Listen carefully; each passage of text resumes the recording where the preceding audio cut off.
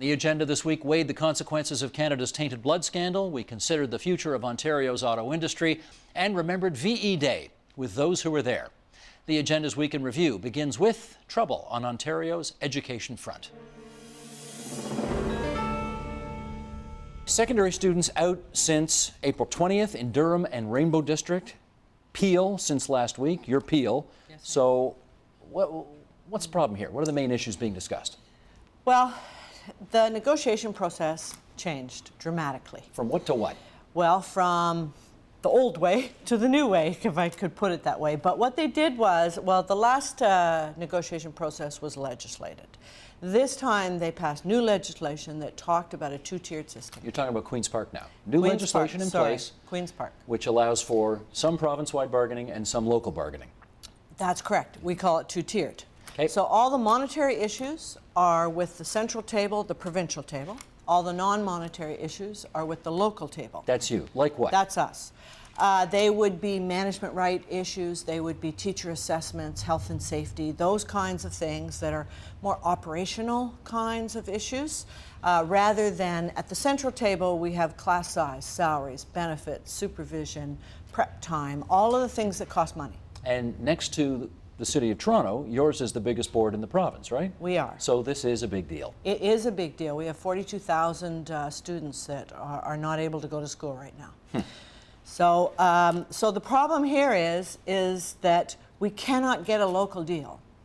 And I was very involved in the negotiations leading up to the strike. I was there for 4 days and nights trying to get a deal. I felt that we could have got a deal, but the central table is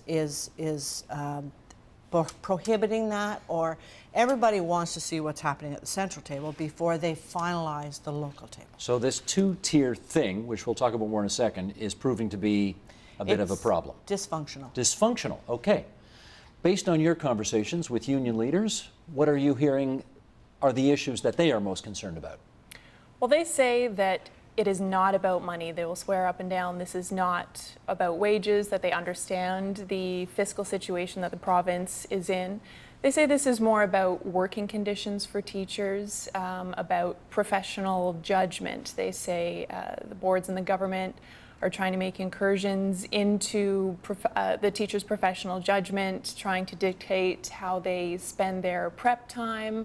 There's some issues around teacher assessments. They're trying to hammer out exactly how those are done, when those are done, the stipulations for them. So all of those, as Janet said, in classroom issues at the local level. Now, Alison, in my years at Queen's Park, whenever somebody says it's not about money, it's about money. But, you know, there may be a first. So when they say to you it's not about money, is it persuasive? Well, you know, the government certainly seems to think that it is at least partly about money. That's what we've heard from the Premier, from the Education Minister. They've both said that they knew this round of bargaining would be tough because, you know, the province is facing a $10.9 billion deficit. They're bargaining in what they call a net zero context. So they've said to not just the teachers, but a lot of major public sector bargaining that's happening right now, that any agreements they reach are going to be net zero. So any sort of wage increases, any minor wage increases would have to be offset in other ways. So you want to give these guys a raise, you got to take money away from these folks over here. Or balancing it, sort of, you know, taking benefits away, that type of thing. Gotcha. Let's follow up on this two-tier system then right now, which you just called dysfunctional a second ago. This is Kathleen Wynne, former education minister, now premier's contribution to making the whole system work better. What's not working?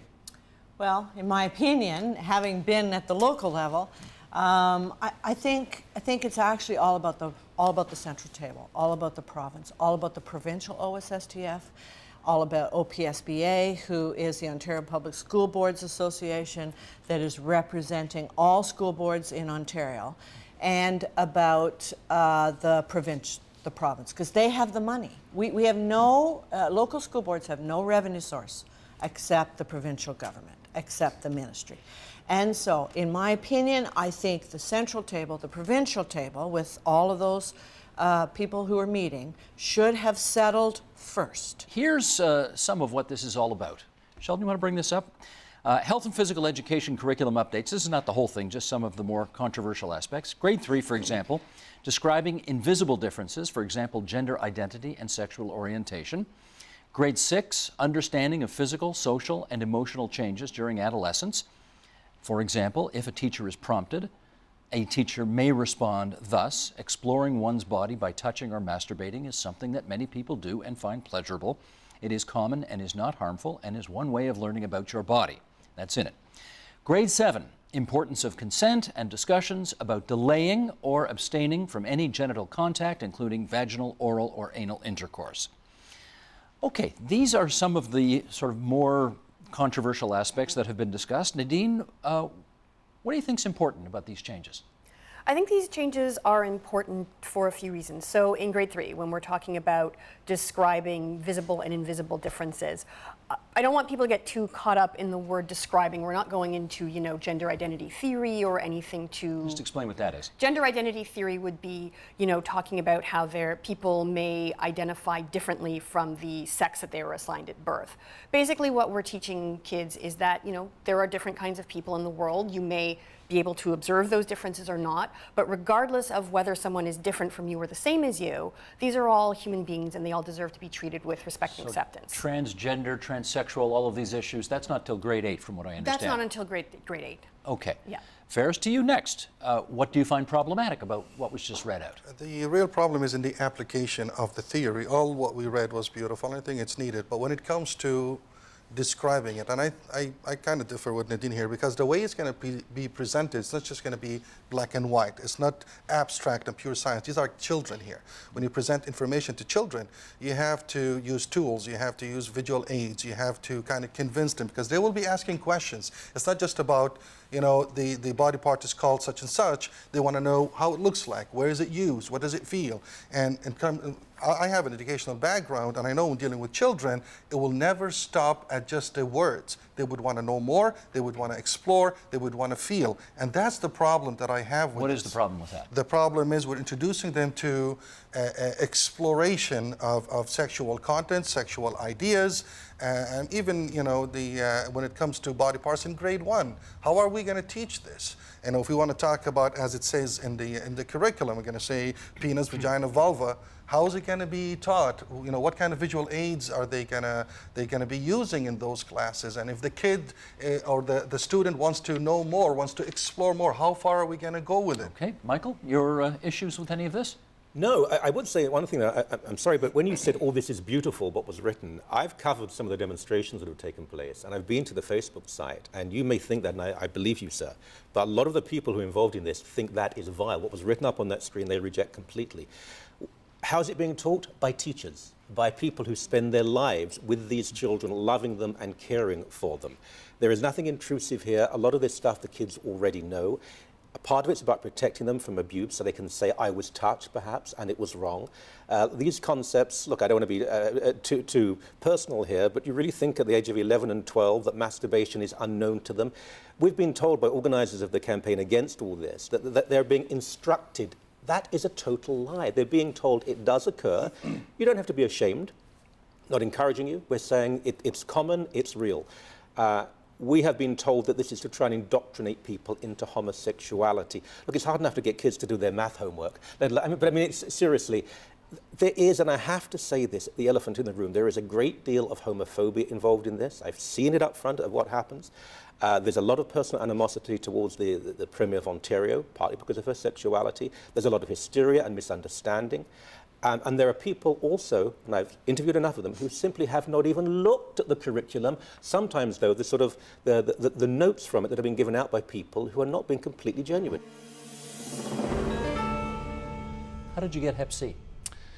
Well, in this particular infection that I got in 1984, it was traced to prisoner's blood in Arkansas in the United States in a prison that was collected and sent to Canada for processing, and I was infected with that lot of plasma that was collected at a prison. What were we doing buying blood from prisons in the southern United States and bringing it up here? Well, at the time, I'm not sure why anybody was using this plasma, and Canada was actually the only country in the world using this.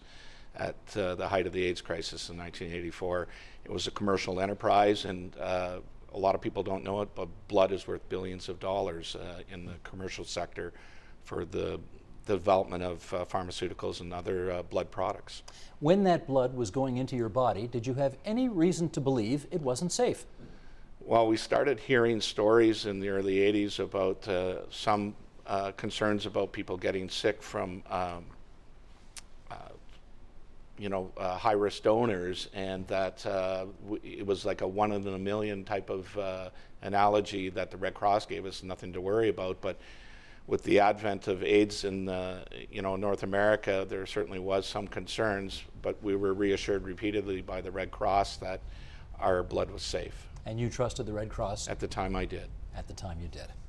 Andre, what exactly happened to render the blood supply tainted? Well, it's a very complex story. There's many factors, but the main thing is just probably wishful thinking. You know, there was this virus came along called HIV. It infected the blood. We had some hints that it was going to be a bad thing, but it just wasn't taken seriously. It was seen as a disease of gay men. Yeah, maybe it's transmitted in blood, but it's not going to be as bad for other people, and so on. So there's a lot of mythology, a lot of wishful thinking, a lot of self-preservation of the bureaucracy. So, you heard Mike say, oh, the risk is only 1 in a million. This was a lie that was perpetuated for many years. Purposefully? Yes. Knowingly, incorrectly? At a certain point, yes, it became a knowing lie. By the time they finally did testing at the Red Cross, the risk was about 1 in every 200 units. That's a pretty far cry from 1 in a million. It was a very bad game of roulette, and people were misled. And there was, the massive bureaucracy. There was this organization that was run in a militaristic fashion where you could never question any decision. There was a desire to not alarm the public. Some of it was well-meaning, but it was all wrong in the end. And it is, as you said in the outset, the worst public health tragedy ever in Canada. Actually, you know who I'm quoting in saying that? You said it. Many people have said it. Well, I got it from you. How many people do you think have been victimized by the tainted blood scandal? Well, directly, roughly about 2,000 hemophiliacs. It's devastated the community. It's a sort of the Holocaust of hemophilia, if you will, around the world. Then about 20,000 others we think have hepatitis C. Could be as high as 60,000 because it's an illness that takes a long time to show itself. And that's only the direct victims. There's their families, their children, their communities. It's a massive, massive scandal and a disaster in every way, socially, culturally, economically, you name it. Why do you think so much of the establishment of this country, be it political, be it bureaucratic, be it the institutions whose job it was to keep people safe, turned a blind eye to all of this? Well, I'd say if you had to explain it in a sentence, it was that we loved the Red Cross with all our heart. It was an iconic organization. It did so much good in the world, and it still does. And it took this little aspect and it botched it from beginning to end, unfortunately. And we can't sugarcoat that. I'm try to be careful when I talk about the Red Cross. It's a fabulous organization, but you can't forgive anything that it did in this instance. It failed from beginning to end, and thousands of people died as a result. Graham Sherham, Canadian Blood Services, what's your mission? Our mission is to manage the blood system in Canada today in a way that retains the trust, confidence and commitment of Canadians by managing a safe, secure and accessible supply of blood and blood products. And that emphasis on the word trust in our mission is precisely because of what we've just heard from the first 3 speakers. I completely agree with Andre's characterization, but at the end of the day, the trust of Canadians in this part of their public health system was lost. So our mission is premised on building, regaining and retaining trust by managing a safe and secure supply. So when the Red Cross lost that trust 20 plus years ago, your organization was created essentially to pick up the ashes and regain it? That's exactly right. We were started as a new organization, essentially a new executive team, new governance, new board of directors, and our primary mission was to regain that trust by building safety, security of supply, and access into the system where it had clearly failed Canadians in the past. Andre, help us understand this, because if it was the Red Cross that blew it here, where is the government's responsibility in therefore having to compensate victims? Yeah, so the Red Cross wasn't alone. There was a regulator, which is the federal government, which failed in its entirety. to regulate this properly.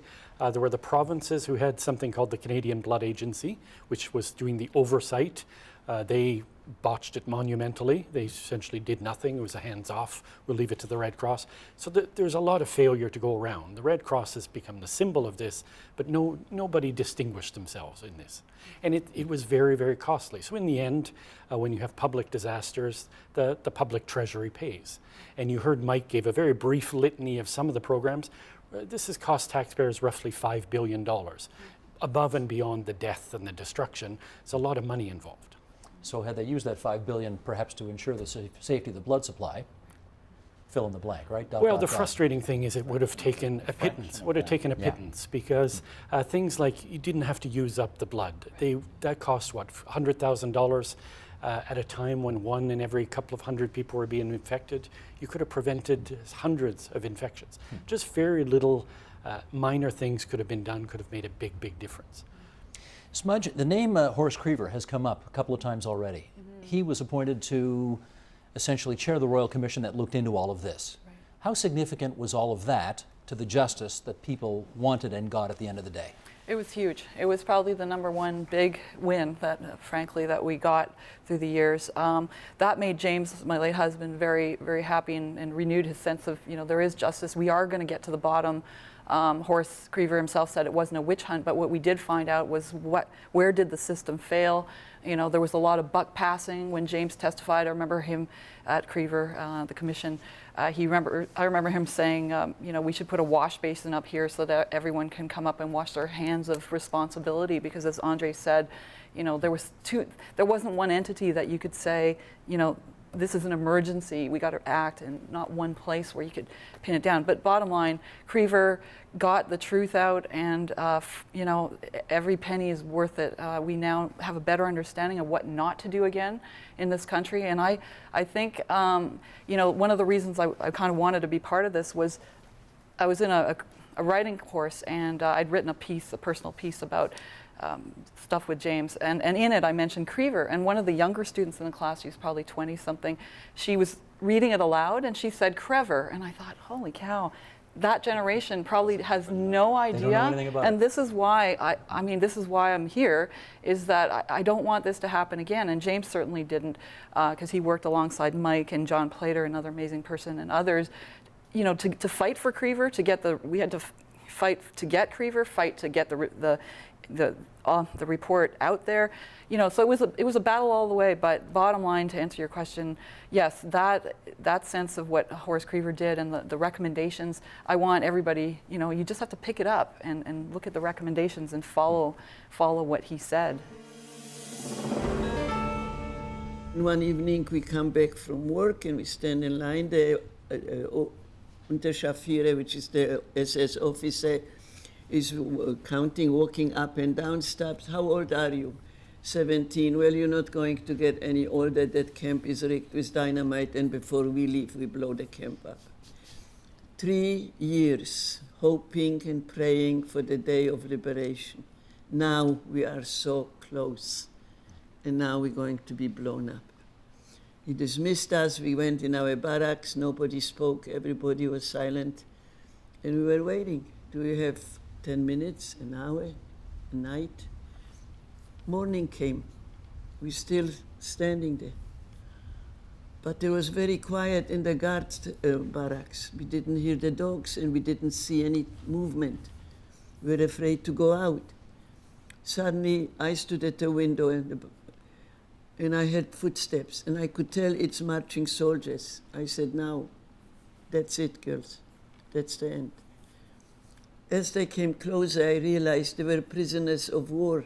We knew there was a camp of prisoners of war. They were South African volunteers in the British Army, and they were in a neighboring. The reason we knew, because they were working also in the factory. So as a prisoner of war, you don't have to work, but you get bored, so you volunteer. So they also did some work in that factory, and that's how we knew. And they come close to our camp, cut to the barbed wire, open the gate, and says, girls, you are free. Of course, we only understand free because German is frei. So we are free. The gate is open. We stand outside the gate, Freedom is all we had. Children that grew old in camp. I was 16, I came out, I was 19. In Europe at 16, you weren't an adult. There were different times. We stood outside the gate, no parents, no home, no education, no money, and no country that wants us. There was no ticketed parade. The soldiers came home, they were celebrating their homecoming. There was nobody waiting for us. It was the 9th of May. The war was over and we didn't even know that. The Russian army, the tanks roll in. We ran because we can hear the rumbling on the street of the tanks. We ran and tear out every flower in the factory garden and throw it at the Russian soldiers. An armored car stops and somebody gets out of there with all these whatever medals and says, Yevrei, in Russian, are you Jewish? And he starts speaking Yiddish. He says, where is your camp? Take me there.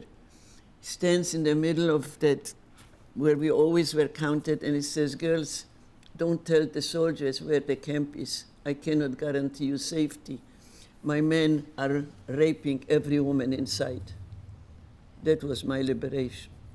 On the one hand, you've got the government saying we need you to be healthy, eat right, feel right, etc. On the other hand, it's wartime, and the government has to start rationing everything. Yes. So how do you mix those two priorities? Well, one of the fascinating things I discovered during the course of this research is World War II is looked back on as a time of austerity when it comes to food, especially because it's the first war where Canadians had coupon rationing. Massive, widespread price controls are introduced. I went in expecting it to be Canadians eating less of everything, but the reality is there was more food to go around than there had been in a generation. Why was that? Canadians had come out of this Great Depression, and suddenly during the war, there's jobs for everyone. Unemployment virtually disappears overnight. Wages begin to go up. These new war industries that are forming are better paying jobs than the previous jobs before. And also most of the agricultural production in Canada was for export during this period. And one thing that the war did was suddenly export markets got cut off. Canada was no longer shipping grain to France, for instance, because France was occupied by the enemy. And so suddenly there was enough food to go around for everyone. People had more money to buy food.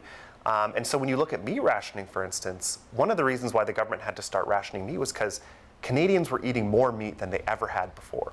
Meat consumption went through the roof. And so they had to sort of restrain it so that there wouldn't be shortages because Canadians were eating so much meat. And how did Canadians take the news that the government wanted to ration their food?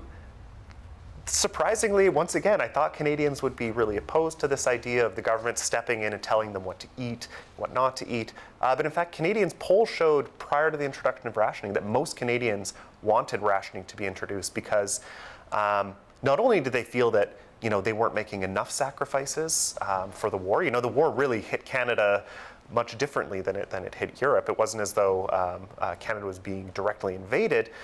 But also Canadians started to feel that as consumption was going up, as food consumption, meat, butter, sugar, all of those sorts of things, shortages did begin to show up. And Canadians felt that they weren't getting their fair share. Some people were cheating. Some people were hoarding. Shopkeepers were saving, the best cuts of meat or scarce goods for specific customers. And they wanted the government to step in and make everything fair. And so this term began to be thrown around, this idea of equality of sacrifice. The idea that I'm willing to make a sacrifice, but everyone has to make the same kind of sacrifice. How did the government police food rationing at the time? This is kind of the fascinating thing. Food rationing is this massive, unprecedented government intervention into people's kitchens, into their everyday lives. And to actually police it effectively, they would have had to hire, an entire, new military or new police force to enforce all of these regulations. And they couldn't do that. They needed men and women to send overseas. And so, in fact, they began to enlist ordinary Canadians and Canadian women in particular to be sort of an informal police force of rationing. How'd they do it? And they did it by, partially through sort of propaganda appeals. This idea of, if you see something wrong, you need to report it. So if you're Report it to whom? report it to the Wartime Prices and Trade Board, which is this huge national organization, a government board that's formed to sort of oversee the wartime state-controlled economy. And the government really has taken control of the production and distribution of nearly all foodstuffs, much of Canada's war industries, of its non-war industries as well. And did that really happen? Like, if somebody sees Mrs. Smith down the street sneaking a few pads of butter too many, they got reported to the board? They did, in fact. Mr. Director, if you would, the good news and the bad news about the auto industry in this province. Here we go. Shall we start with the good news? Ford adding 1,400 jobs with a new SUV in Oakville. That's good news. Chrysler investing $2 billion to retool the Windsor assembly plant in southwestern Ontario. Okay. Honda to invest $857 million to upgrade the facilities in Alliston. GM Canada to hire 100 engineers in Oshawa and adding 400 in Ingersoll. However, General Motors Canada is moving Camaro production from Oshawa to Michigan. Toyota is moving Corolla production from Cambridge to Mexico. Overall, automotive jobs in Canada below the pre-2009 levels. Before we dig into those numbers, let's ask how well, Faye, I'm going to start with you. How well do you think the auto industry as a sector has rebounded from the devastation that started in 2008?